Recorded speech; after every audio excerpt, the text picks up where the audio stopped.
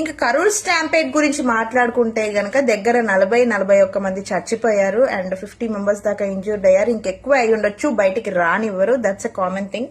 And అక్కడ ప్రతిపక్షాలన్నీ కొట్టుకుంటున్నాయి. మనం normal గా ముందు అనుకున్నదే ఏంటి, ఆ పక్షం ఈ పక్షం ప్రతి ఒక్కరు అది ఇది మాట్లాడుతుంటారు, మన మీడియాలో దాన్ని హైప్ చేస్తుంటారని సేమ్ అలాగే జరుగుతుంది. బట్ ఇందులో మనం ఆలోచించాల్సిన థింగ్ ఏంటి అంటే ఇప్పుడు విజయ్ థలపతి హీరో ఆయన ఒక స్టేట్మెంట్ ఇచ్చారు. నా వల్ల ఇంత జరిగింది, నేను బయటికి రావడం వల్ల, అండ్ హాస్పిటల్కి నేను వెళ్ళలేదు బికాజ్ అక్కడ కూడా స్టాంపేడ్ అయ్యే ఛాన్సెస్ ఉన్నాయని చెప్పేసి ఆయన కొంత